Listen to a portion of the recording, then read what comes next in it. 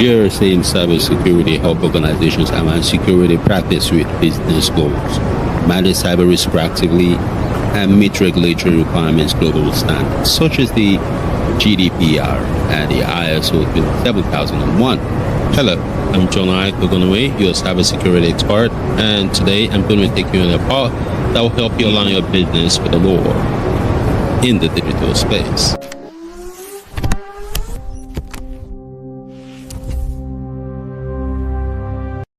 By the end of this session, you should be able to explain what GRC is in cybersecurity, mention some regulations, highlight some of the purposes of GRC in cybersecurity, and finally draft compliance questions for local business. So let's delve in. Cybersecurity regulations are government-made rules that tell organizations or companies what they should or shouldn't do. They're like this law enforcement agent, these road safety officials who make sure your tires are good, your brake lights are okay, you're using your seatbelt, your fire extinguishers are intact, and or whatnot. They are checking your vehicles. So basically, cybersecurity regulations are just binding legal requirements, statuses, directives, or enforceable rules that is issued by the government or sector-specific authorities that mandate how organizations must protect information system, their data, and critical infrastructure. So just think of them like them as cyber traffic laws. In the real world, where we have the traffic lights, the speed bumps, the seatbelt rules, just to keep our drivers safe. GRC stands for Governance, Risk Management, and Compliance. In cybersecurity, it helps organizations align security practices with business goals, manage cyber risk proactively, and manage global regulatory requirements, such as the GDPR and the ISO 27001. Well, it basically provides the structure that ensures security is not just technical, but strategic, measurable, and accountable. GRC matters in cybersecurity because of 1, aligns security with business goals, 2, it prevents financial and reputational loss, and 3, it supports regulatory compliance, and last but not the least, it improves executive decision making. It is the integrated capability that aligns business objectives, risk tolerance, and regulatory obligations through repeatable, measurable processes. The governance is the risk level policies, the risk appetite statement, and the strategic decisions that define what an organization must protect and how much risk it is willing to accept. Those certain policies and strategies define roles and responsibility, then ensure accountability, and basically align with the ISO 27001 or the NIST, as the case may be. Risk management is the continuous process of identifying, assessing, prioritizing, and treating risk so that the residual risk stays within the governance defined appetite. Now let's imagine you're planning a picnic, say an O1 bed, just a small one bed, just with nuclear and your extended family, just get together, right? So you want to have this party outside. The first thing that's going to come to your mind is, does it look like it's going to rain? Now that is identifying a threat. Now the next step will be that, okay, if it rains, will it mess up my party? Say you made amala, semu with the kakoi for riro, gusi, afang, just made a sausage, then you can put sandwich inside, then put cake, then samosa, small chop. So you just want to make it an exciting one, right? But you're thinking, hey, this shouldn't go mess up my food. So that is identifying the impact. Then the next, you're going to decide, short, I beg, I don't want any while, I beg, I'm going to tell everybody, may go inside. Go inside, this part to go day inside, Jari. That's going to be your next resolution. Or you say, okay, probably let's just get a tent or get some canopy. So just outside in case it rains, right? So what you've done there is handling the threats. You've taken care of that unnecessary nonsense. We won't scatter your event, right? So in ICT, that's the same way it is. You just simply spot what could go wrong. Is it a hacker, Shinanipa Wahala, or human error? Then you decide how to handle that thing. So you choose your action, And what's the action you're going to be taking is installing patch, updating your software, then buy insurance, then training staff so that your company can run smoothly. So simply put, we can just define risk management as the disciplined process of identifying, analyzing, evaluating, and treating cybersecurity risk so that your organization can meet its objective within an acceptable level of residual risk. Now, there are core steps you follow in risk management, of which one of them is frame. Now, in this frame, you just define the risk appetite, the scope, and the stakeholders. And the next is assess, so which is the risk assessment. Here we evaluate the likelihood and the impact of threats. We identify the threats and vulnerabilities using a simple risk metric, which is the likelihood versus the impact, as you can see. So a high likelihood plus a high impact may stop priority, which means it's going to be very severe, as you can see from here. So with this, it gives us an idea of threat modeling. While threat modeling is systematically identifying potential threats to a network. So this helps us prioritize the security measures and know where to focus our attention. By so doing, we will see that this risk, this assessment or this assess helps us to prevent surprise by planning for the worst case scenario, and it guides resource allocation for security. The next is respond. So it's typically your response towards that identified threats. Following next is monitoring, or the monitor stage. You measure residual risk and you track changes or report. So basically, risk management is a continuous process. It is continuous and must align with business objective. Remember, it's not just a set and forget. It's something that must continue. We have seen the governance where they have their meeting and agree, okay, we are going to do this and do that, we're going to do this and not do that, ensure this and this. Now the PRO now goes to the media and begin to talk about it and say, oh, people, you should do this, this is the new law and this is the new boo-ha-ha, boo-hee-hee. Then they take it on and say, yo, my boys are going to be on the road to ensure that people comply, right? Now they hit the road with their vehicle. Now, after hitting the road, then the next is to ensure compliance. So compliance is the ongoing process of adhering to legal, regulatory, and contractual requirements to protect sensitive data.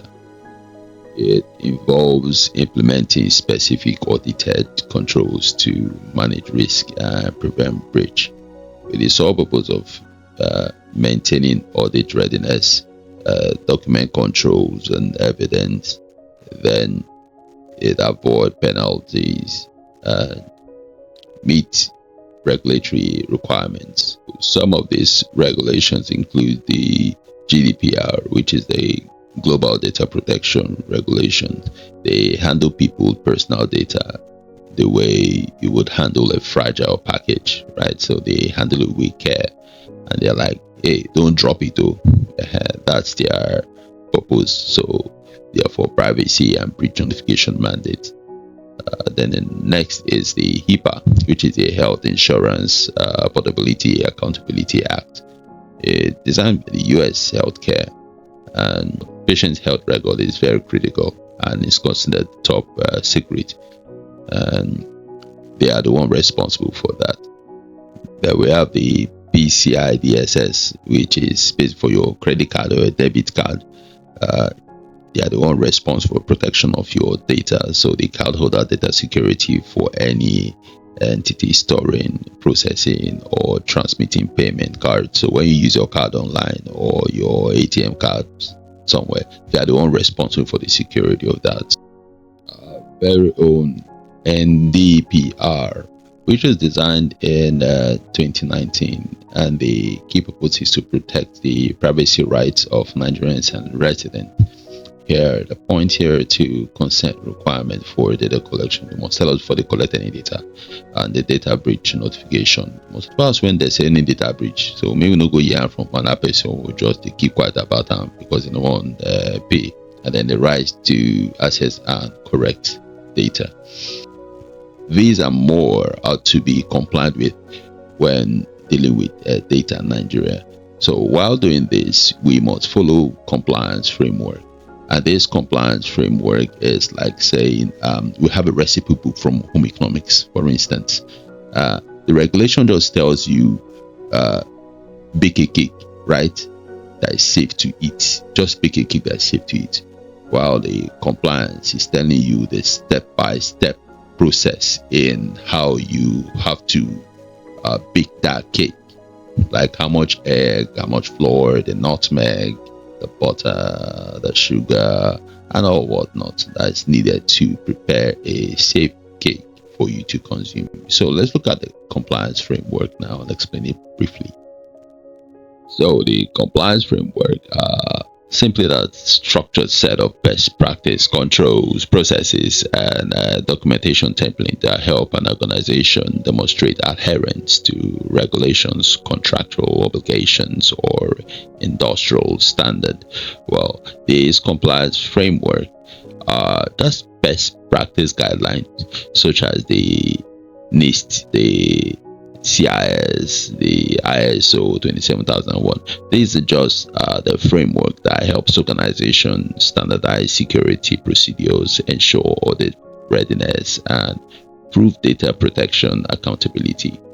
Well, this framework don't replace the law. They just make sure that you show the teacher in your home economics class, who are the auditors, that you're following the instructions correctly.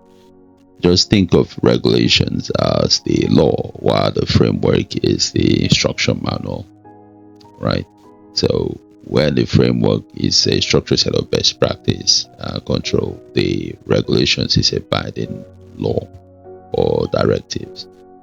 Explains how you should secure a system, whereas the regulation tells you you are mandated and you must do this, right? Just like I said, you must bake it. Good cake, do the cake way good, way specific job. That's regulation.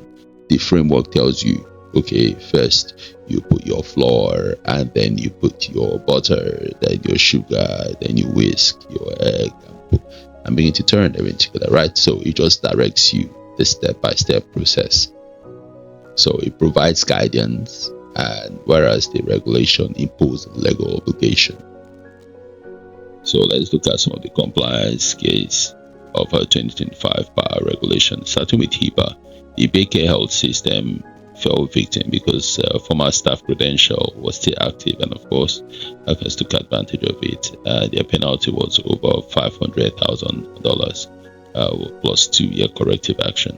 Next is that of TikTok, and their fine is just about the third largest for GDPR, where they transfer their users' data to China with no safeguard, no transfer assessment. They just sent it to China. That's over 136 million users. Then followed by the Mercat skimming ring. This was done on the global e-commerce platform. And of course, we know the regulation is PCI DSS, where about 4.2 million card holders were affected. To discover that their payment card details for that credit or debit card was details were exfiltrated between as if those numbers on their credit cards or debit card was stolen from the site. Well, and their fine was about $45 million, and of course they were suspended until recertification. And last but not the least was Nordic Rail Logistics, and they evaluated the NISS to trains the rail across 3 countries in Europe anyway, and this greatly affected their economy because ransomware hit their system. They didn't patch their system and they didn't even know on time, so there was no incident response playbook.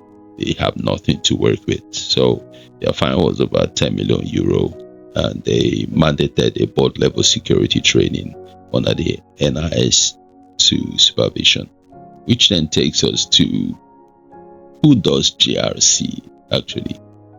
So, well, GRC is first done by the board of directors. They set the tone of the governance, and then followed by the chief information security officer, who oversee the risk and compliance for the organization, then your IT and security team, and finally every other employee in the system.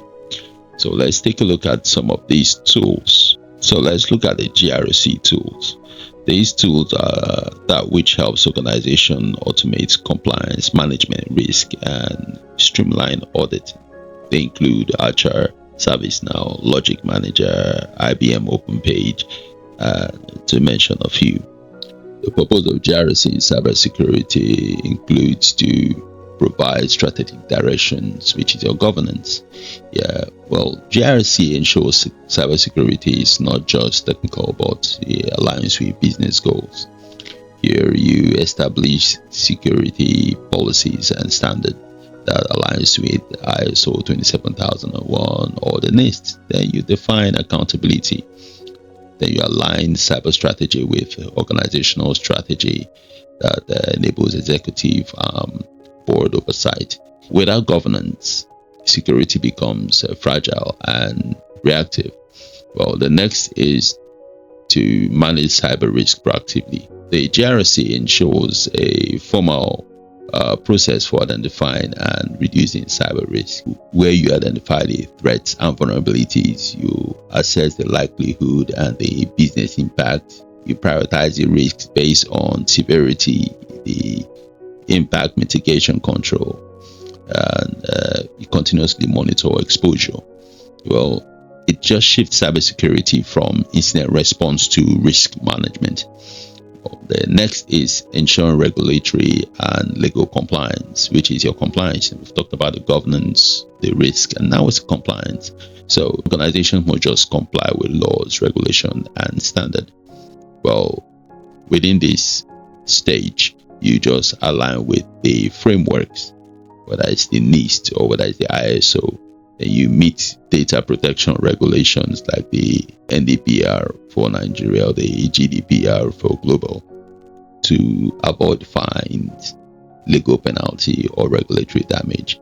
Then provide audit-ready documents. Compliance demonstrates due diligence and accountability. Next is you enable measurable performance and reporting. So with reporting here, GRC ensures that cybersecurity effectiveness is measurable. So with this, we define the KPI, your KRI, which is a number of critical incidents, or your patch compliance rating. You track country effectiveness. You provide board level dashboards. These support informed decision making because executive needs data, not just technical reports, right? So this helps in that regard. And finally, they strengthen organizational resilience. Here they improve the incident response readiness, they reduce operational disruption, they protect sensitive data, and safeguard regulations and stakeholders' trust. What's the latest development in GRC? We have the AI and automation, which is the implementation of AI-powered automation for GRC. And the tools here for ongoing monitoring and compliance assurance. Next is the cloud security, which addressing risk management within the cloud-based infrastructure. Then ransomware. Well, increasing concern necessitates the robust incident response strategy in this regards. Then privacy by design. Well, the integrating policy consideration within the system from the start. And then finally, RegTech, which stands for regulatory technologies. This RegTech focuses on using advanced technologies to improve regulatory processes by ensuring compliance and reducing risk through automation, data analytics, and real-time monitoring. It plays a critical role in helping organizations navigate complex regulatory landscape. efficiently and effectively. And finally, machine learning.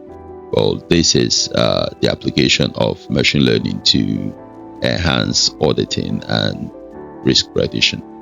So what are the careers in GRC? First, we have the GRC analyst. Then next, we have the compliance officer, then the risk management. Finally, we have the auditors. So let's look at some of the questions you could ask small businesses in your area as you prove to be a GRC analyst.